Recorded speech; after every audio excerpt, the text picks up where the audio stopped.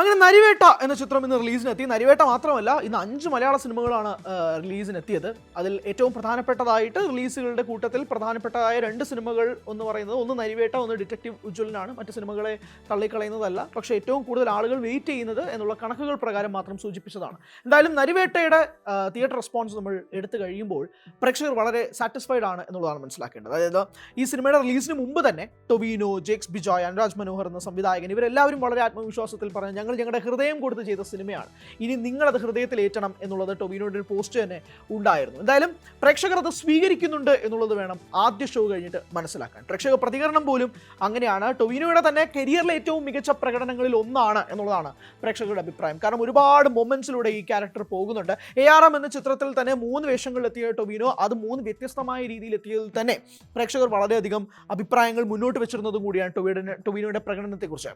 പിന്നാലെ ഐഡന്റിറ്റി എന്ന ചിത്രം ബോക്സ് ഓഫീസിൽ വേണ്ട രീതിയിൽ ഹിറ്റ് ആയില്ല എങ്കിൽ പോലും അതും ടൊവിനോയ്ക്ക് വളരെ മികച്ച രീതിയിൽ ഹരൺ ശങ്കർ എന്ന കഥാപാത്രത്തെ പുൾ ഓഫ് ചെയ്യാൻ സാധിച്ചു എന്നുള്ള അഭിപ്രായം കൂടി ഉണ്ടായിരുന്നു. നരിവേട്ടയിലേക്ക് എത്തുമ്പോഴേക്കും കുറച്ചധികം അഭിപ്രായങ്ങൾ ഏറുകയാണ് ടൊവിനോയുടെ പ്രകടനത്തെ പറ്റി.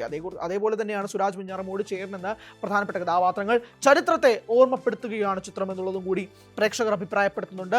ആരെങ്കിലും ഈ ചരിത്ര സംഭവങ്ങളൊക്കെ മറന്നിട്ടുണ്ടെങ്കിൽ അതൊന്ന് ഓർത്തെടുക്കുക, അത് ഈ കാലഘട്ടത്തിൽ ഏറ്റവും പ്രധാനപ്പെട്ടതാണ് എന്നതും കൂടി ആ ഒരു അഭിപ്രായങ്ങളിൽ നിന്നും വ്യക്തവുമാണ്. അതുകൊണ്ട് തന്നെ നരിവേട്ട എന്ന ചിത്രം സംസാരിക്കപ്പെടുന്ന വിഷയങ്ങൾ ഇന്നത്തെ സാമൂഹിക അവസ്ഥയിൽ സംസാരിക്കപ്പെടേണ്ടതാണ് എന്നതും കൂടി പറയുന്നുണ്ട് പ്രേക്ഷകർ. എന്തായാലും ടൊവിനോയുടെ പ്രകടനത്തെ പറ്റിയുള്ള അഭിപ്രായങ്ങൾ വളരെ രീതിയിൽ മുന്നോട്ട് പൊയ്ക്കൊണ്ടിരിക്കുകയാണ്. കാട്ടുതീയായി ഇപ്പോൾ സോഷ്യൽ മീഡിയയിൽ തന്നെ പരന്നുകൊണ്ടിരിക്കുകയാണ്. ഈ സിനിമ സംസാരിക്കപ്പെടുന്ന വിഷയത്തെക്കുറിച്ചും ഈ സിനിമ എടുത്തേക്കുന്ന രീതിയെക്കുറിച്ചും വലിയ രീതിയിലുള്ള അഭിപ്രായങ്ങൾ പ്രേക്ഷകർ പറയുന്നുണ്ട്.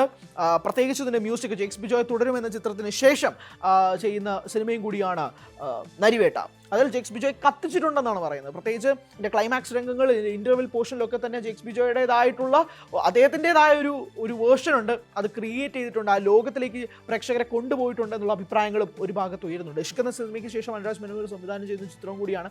ഇഷ്ക് ഉണ്ടാക്കിയ ഒരു സർപ്രൈസ് ഹിറ്റ്, ആ സർപ്രൈസ് ഹിറ്റിന് ശേഷം അനുരാജ് എത്തുമ്പോഴേക്കും ആ ഒരു ഹിറ്റ് സ്ട്രീക്ക് തുടരുകയാണ് എന്നുള്ളൊരു വാദവും കൂടി പ്രേക്ഷകർ മുന്നോട്ട് വെക്കുന്നുണ്ട്. എന്തായാലും സാറ്റിസ്ഫൈഡ് ആണ് പ്രേക്ഷകർ നരിവേട്ട എന്ന ചിത്രത്തിന് ശേഷം എന്നുള്ളതാണ് ആദ്യ ഷോയുടെ പ്രതികരണത്തിന് ശേഷം നമുക്ക് മനസ്സിലാക്കാൻ സാധിക്കുന്നത്. ടൊവിനോയുടെ കരിയറിലെ തന്നെ മറ്റൊരു റേഞ്ച് പെർഫോമൻസ്, മറ്റൊരു തലത്തിലുള്ള ഒരു പെർഫോമൻസ് എന്നത് തന്നെ പറയേണ്ടി വരും എന്നുള്ളതാണ്.